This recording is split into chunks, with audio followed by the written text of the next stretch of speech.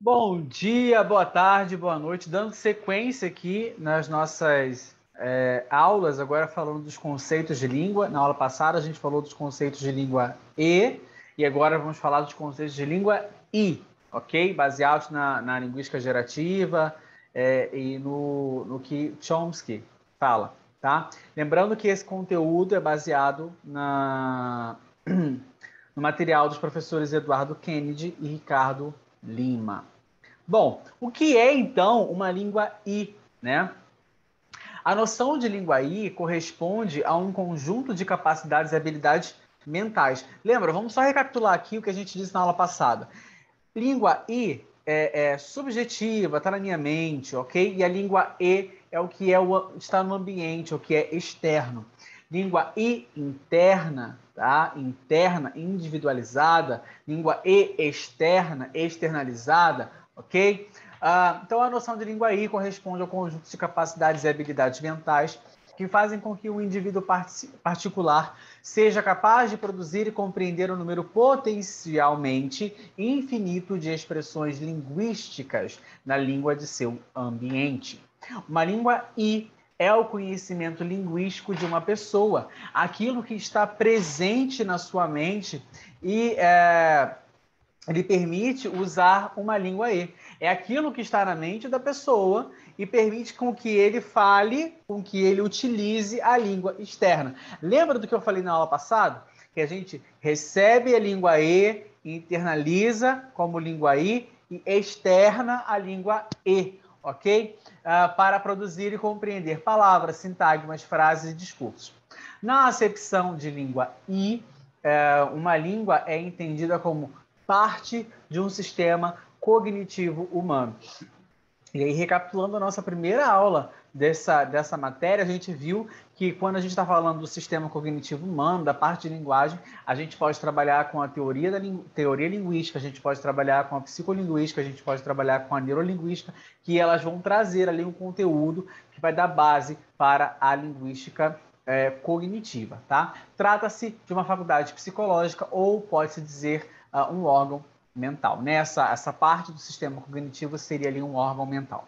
Uma língua I é a forma pela qual as informações contidas no código linguístico do ambiente, quando eu falo de ambiente, eu estou falando de língua E, tá?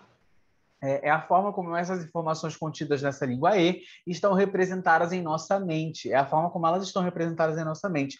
E, por assim dizer, a nossa versão interiorizada das informações da língua E, a nossa cópia particular dessa língua. Então, o que a gente pode pensar assim também é, por exemplo, eu estou recebendo essa aula, como que eu internalizo essa aula? Como que eu absorvo?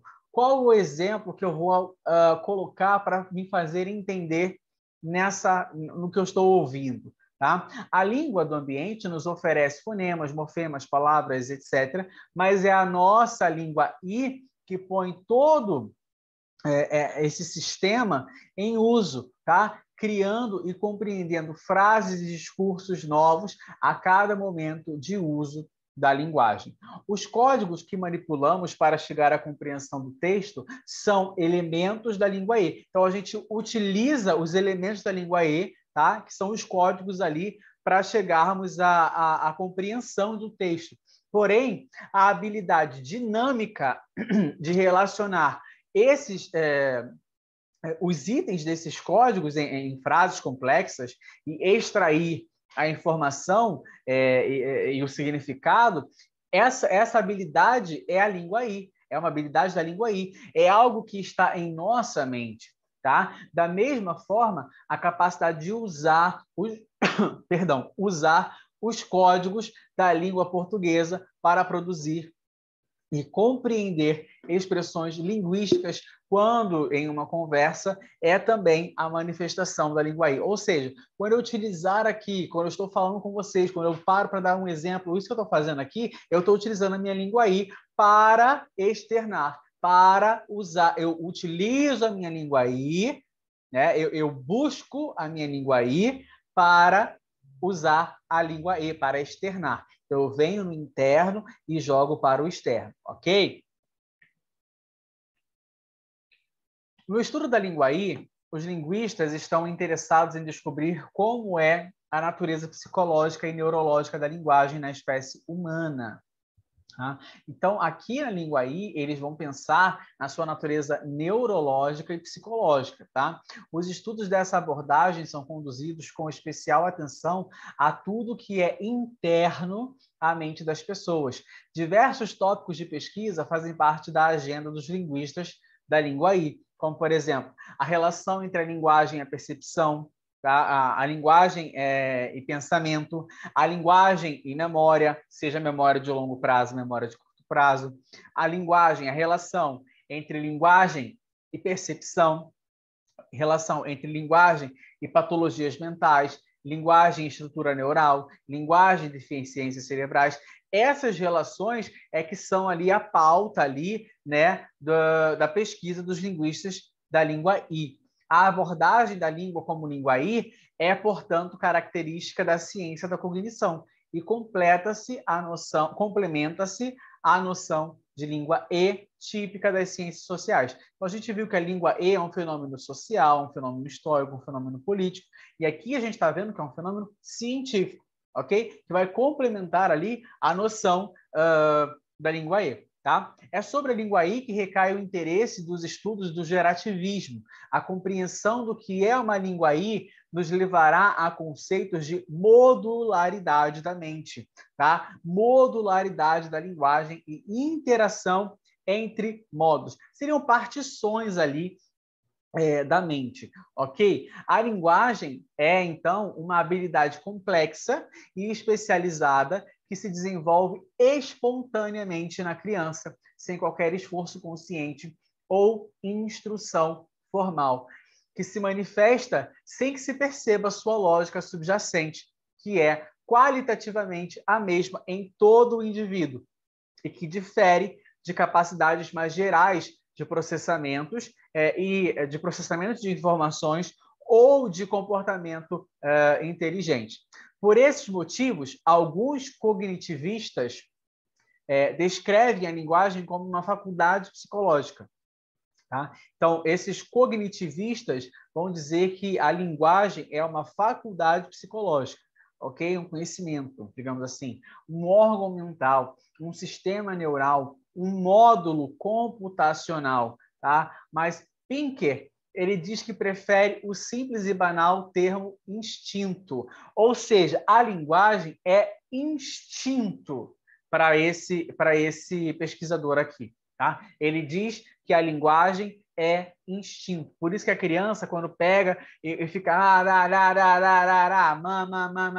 ela não está ali aprendendo porque alguém está ensinando, porque é instintivo dela. Primeira coisa, a criança, quando está com fome, quando está com bebê recém-nascido, fome, dor, fez cocô, fez xixi, o que ela faz? Ela chora.